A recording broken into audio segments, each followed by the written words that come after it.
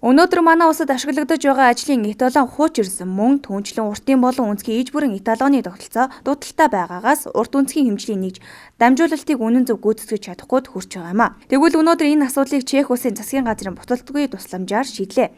Чех улсаас манай улсад эталоны лабораторийн багаж тоног төхөөрөмжийг гардуулан өгч санан жүжигт гарын үсэг зурсан юм а. За өнөөдөр Монгол улсад анх удаа уртын эталоныг олон улсын түвшний шаардлага хангасан тэр өндөр найршлага гаргаж явах юм техник болцоо бүрдээд байна. За энэ болохоор зэрэг Чех улсын засгийн газрын босдгоо тусламжийн өрөөнд Монгол улсын уртын эталоныг шинжлэх төсөл хэрэгжээд одоо ингээд ажилтанд ороход бэлэн болчиход байж байгаа. Хуучин бол бид нар метрийн нэгж уртын нэгж метрийг зүгээр зураас шугамын төвшөнд буюу 10-10 хас 2 зэрэгт найруулагчийн төвшөнд таадгалж тэрүүгээр одоо ажил үйлчилгээ явуулж ирсэн.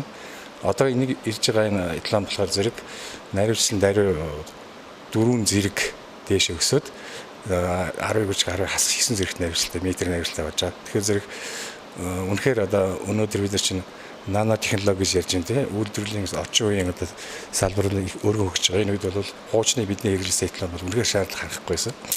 Тэгэхээр зэрэг энэ эталон бол бидний одоо Монгол улсын шинжлэх ухааны техникийн өнөөгийн болон цаашдын одоо 10-20 жилийн одоо хөгжлийн түвшинд одоо найруулгыг хангах ийм өндөр түвшний эталон орж иж байгаа.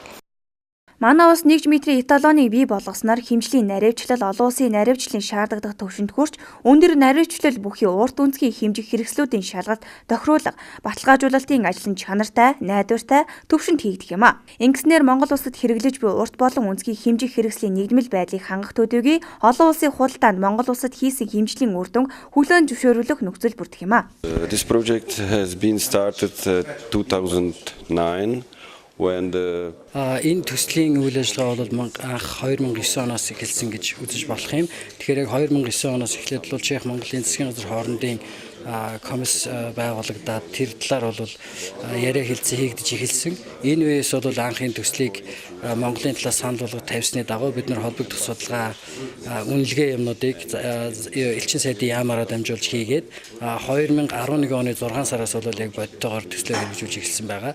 Төслөө хэрэгжүүлэхдээ бол Монгол улсын стандарт хэмжсэн газартай мөн ярилцаж тохиролцсон. Төслийн санхүүжилтийг бол Чехийн хөгжлийн агентлагаас гаргаж байгаа ийм төсөл юм байгаа.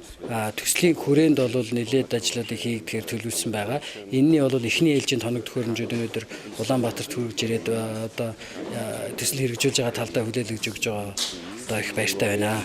And now is the day when first group of instruments for measurement of length were arriving to Ulaanbaatar. So it's really nice day. Энэхүү дэвшилтэд техник тоног төхөөрөмжийг хэрэглэснээр импортоор орж ирж буй орчин үеийн өндөр наривчлал хэмжих хязгаартай хэмжих хэрэгсэл тоног төхөөрөмжүүдийг хянах тэдгээрийн шалгалт тохируулах баталгаажуулалтын ажлыг үнэн зөв чанартай гүйцэтгэж хэмжлийн нэгжмэл байдлыг хангах бүрэн чадвартай болох юм а.